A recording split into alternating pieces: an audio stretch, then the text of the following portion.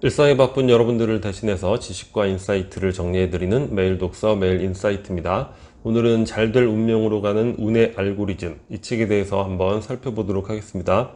저자는 이 타로 카드로 운세를 보는 그 전문가예요. 그래서 자신의 그 타로 카드 상담 사례가 많이 나오고 있는데, 그래서 이런 종류의 책은 다양한 그 삶에 대한 이야기들, 뭐 이런 부분들이 어느 정도 재미있게 읽을 수 있는 부분도 있고, 또 그 중에서는 자신의 사례와 또 비슷한 경우도 만나기도 하는 것 같아요. 그래서 어느 정도 뭐 유용한 책 읽기가 되는 것 같은데, 여튼 뭐 운세에 관련된 이야기고 운명에 관련된 이야기니까 뭐 그와 관련해서, 그리고 우리가 삶에 있어서 뭐 피해야 될 것들, 분노라든가 뭐 사람, 이런 부분에 대해서 개인적으로 흥미로웠던 부분 몇 가지 살펴보도록 하겠습니다.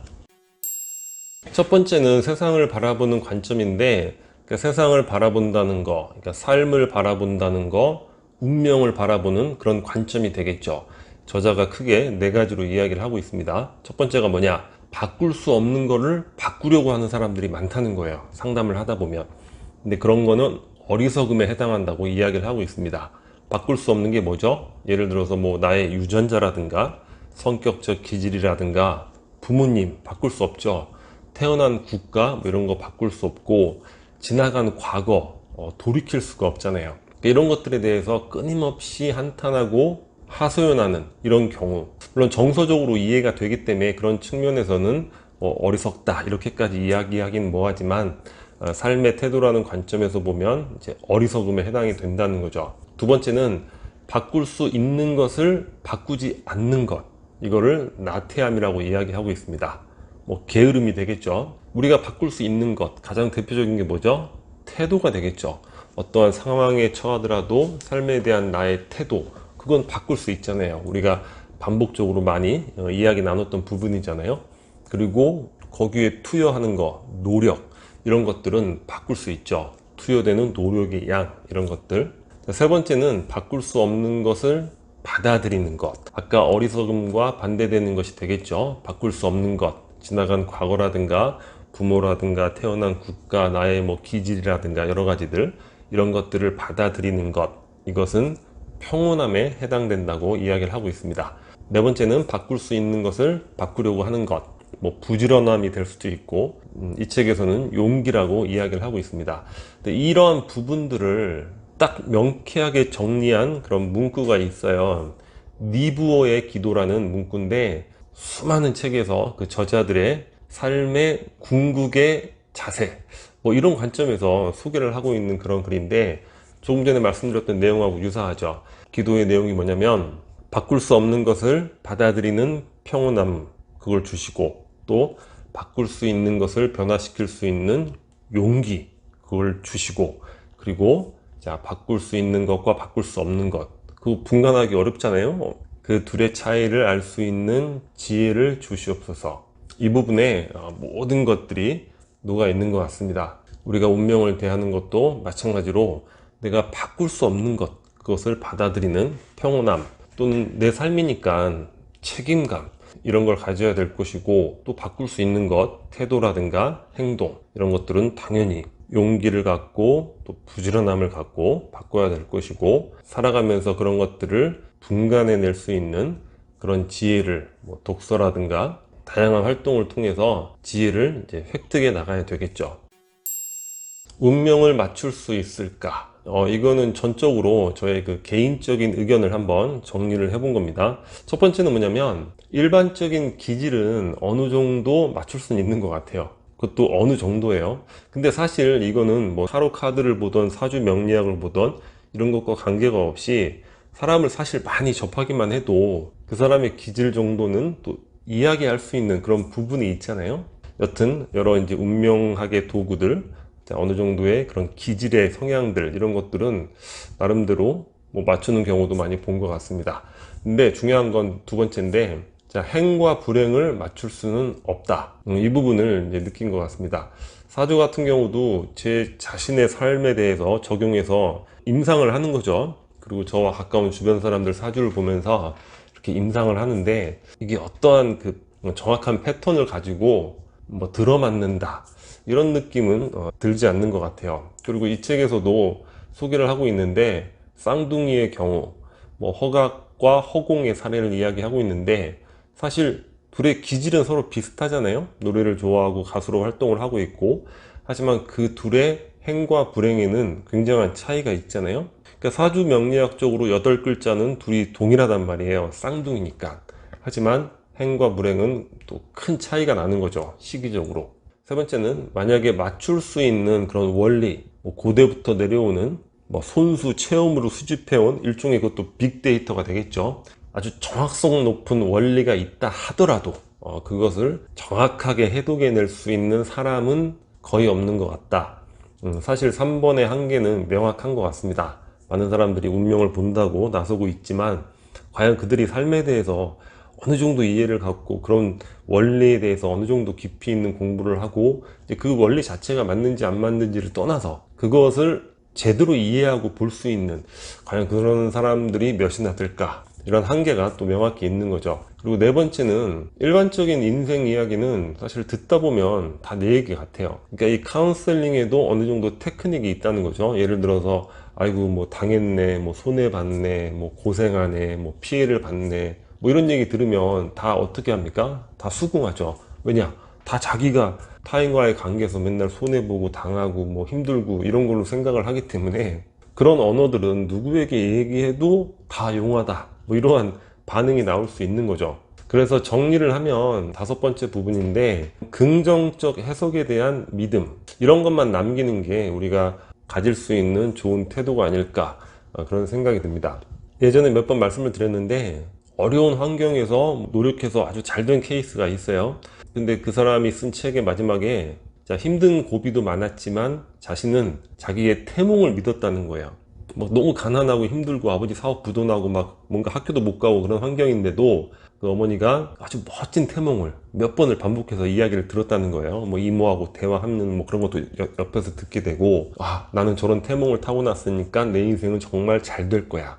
그런 믿음을 버리지 않았다는 거예요. 어떻게 보면 그런 믿음을 갖고 있었기 때문에 그런 어려운 환경, 고비에서도 포기하지 않고 그런 것들을 잘 극복해 오지 않았을까. 그러니까 사람은 무언가는 믿어야만 하는 뭐 그런 어떤 구조가 돼 있잖아요. 그래서 좋은 것들에 대한 믿음, 태몽이 좋으면 태몽을 믿고, 뭐 사주 명량을 보러 갔는데 그 사람이 일부러 뭐 좋은 얘기 해줬으면 그 좋은 얘기만 믿는 거죠. 그러면 그런 것들이 셀프 풀필링 프로페시라고 해서 자기 실현적 예언이 된다는 거예요. 그런 언어가 나왔기 때문에 그게 나에게 각인이 돼서 실제로 그런 결과가 나타난다는 거죠. 그래서 여러 운명학이라든가 운명 카운셀링에 대해서는 이렇게 한번 정리를 해보면 어떨까, 그런 생각을 해봅니다. 분노를 피하는 법, 이 책을 읽으면서 사실 가장 크게 다가왔던 그런 부분이에요. 이 저자가 상당히 그 모욕을 당해요. 경영학 박사로서 어디 가서 강연을 했는데 강연을 끝나고 아주 그 어린 대학생이 쫓아와서 조언을 하는 거예요. 거의 이런 식으로 붙잡아서 강의 내용이 이런 건 좋은데 이런 걸 덧붙이는 게 어떻겠냐, 거의 뭐 모욕 수준이에요. 근데 이 저자가 또 나름 자기 컨트롤 이런 능력이 있기 때문에 참고 잘 받아주죠. 아, 그렇습니까? 알겠습니다. 굉장히 무례하지만 참고 받아줬는데 마지막 멘트가 뭐였냐면 그렇게 해서 언제까지 뭐 타로 카드나 보면서 살 순 없잖아요? 이런 멘트를 들은 거죠. 너무 모욕적이죠. 타로 카드를 보는 거를 필생의 업으로 자부심을 갖고 활동하고 있는 저자인데 그 새파랗게 어린 사람이 와서 그 하찮은 타로 카드나 보면서 살면 되겠냐, 거의 이런 뉘앙스니까 보통의 사람이라면 참지 못했을 거예요. 어떠한 사태가 발생했을지 모르죠. 근데 이 저자는 끝까지 잘 참아냅니다. 그러면서 그 상황에 대해서 다음과 같이 정리를 하고 있어요. 세상에는 나쁜 사람도 분명 있지만 아픈 사람인데 나쁜 사람으로 보이는 경우가 더 많다는 거죠. 근데 무례했던 그 학생, 사실 아픈 사람이라고 볼 수 있죠. 뭔가 정신적으로 좀 이상한 거예요. 그러니까 자기보다 높은 연배의 사람한테 붙잡아 세워가지고, 그것도 강연자인데 뭐 조언이라고 막 반말투로 말을 하고, 그리고 상대방의 아주 소중한 부분에 대해서 그렇게 얘기한다는 거 정상인으로서는 할 수 없죠. 정신적으로 문제가 있는 거죠. 우리가 이런 부분들을 한번 잘 적용해 볼 필요가 있을 것 같습니다. 왜냐? 분노라는 거는 안 될 운명으로 가는 그런 폭주를 일으킨다는 거예요. 우리가 이제까지 애써 만들어 왔던 삶의 많은 것들이 있잖아요. 그런 것들이 이런 작은 분노로 인해서 한 번에 파괴돼 버릴 수가 있다는 거죠. 마지막으로 운 나쁜 사람이라면 가족이라도 피하라, 이런 얘기인데, 자, 가족을 피하라는 게 아니라 가족이라도 피하라. 뭡니까? 운 나쁜 사람은 다 피하라는 거예요. 우리 이 운에 관련된 책 하나 전에 한번 살펴봤을 때 인상적인 내용이 뭐였냐면, 이상하면 도망간다, 그런 소제목이 굉장히 인상적이어서 소개해 드렸던 적이 있는 것 같은데, 그게 뭐냐면 똑같은 얘기예요. 그런 운 나쁜 사람하고 관계 맺지 말라는 거예요. 그게 나의 운을 지키는 데 있어서 가장 중요한 부분이라는 거죠. 그리고 조던 피터슨 교수 12가지 인생의 법칙에서 뭐 그런 얘기 하잖아요. 삶에 도움이 되지 않는 사람과 왜 인간관계를 계속 유지해 나가는가, 나에게 도움되는 사람만 만나서 뭐 달면 삼키고 쓰면 뱉고 그런 차원의 이야기가 아니다, 이렇게 이야기를 하고 있잖아요. 삶이라는 게 서로 영향을 주고받는 게 굉장히 크잖아요. 인간이란 존재는 뼛속 깊이 사회적 동물이기 때문에 그만큼 주변에 어떠한 사람과 관계를 맺고 있는가, 그게 내 삶을 결정짓는 가장 중요한 요소가 될 수도 있다는 거죠. 그래서 운 나쁜 사람을 피하는 것, 이상하면 도망간다, 이런 부분들 잘 생각을 하고, 그게 심지어 이제 가족이라도 피해야 된다. 우리는 아직까지 가족에 대해서는 뭔가 무한 책임감을 가지려는 경향들이 조금 남아있는 것 같은데, 물론 가족은 소중한 거예요. 굉장히 소중한 거고, 어려울 때 돕는 것은 반드시 필요합니다. 근데 모든 생명에는 자립심이라는 게 필요하잖아요. 독립심. 왜냐면 생명이 그런 자립심과 독립심을 바탕으로 유지되어 나갈 수 있으니까.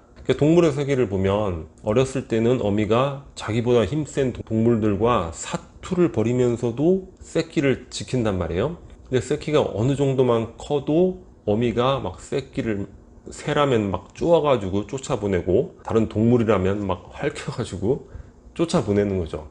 왜냐? 그 종이 유지 존속되려면 그러한 독립심을 반드시 가져야 되기 때문에 그런 거예요. 근데 간혹 보면 가족이라는 이유로 그 상대의 어떤 독립의 기회, 자립의 기회, 이런 것도 주지 않고 어떤 도덕적 의무감으로 막 돕는 거예요. 근데 이게 그냥 순수하게 도우면 되는 건데, 돕다 보면 또 뭡니까? 생색이 나는 거죠. 그러니까 이 반응이 안 오면 또 속상한 거고, 도움을 받는 사람은 뭐예요? 순수하게 도와주고 진심으로 도와줘도 결국 나중에 고마워하는 경우 별로 없습니다. 오히려 그러한 도움으로 인해서 내가 홀로 뭔가를 판단할 수 있었는데 그걸로 인해서 내 인생이 잘못됐다고 이야기하는 이런 비극들이 사실 굉장히 많아요. 그리고 그 도움을 위해서 희생했다고 여기는 사람은 결국 나중에 뭐 상처받고 후회하지만 결국 총충과 돈은 이제 흘러가고 없는 거죠. 연인과의 관계도 마찬가지고, 그러니까 이게 달면 삼키고 쓰면 뱉는다, 뭐 그런 차원의 이야기가 아닙니다.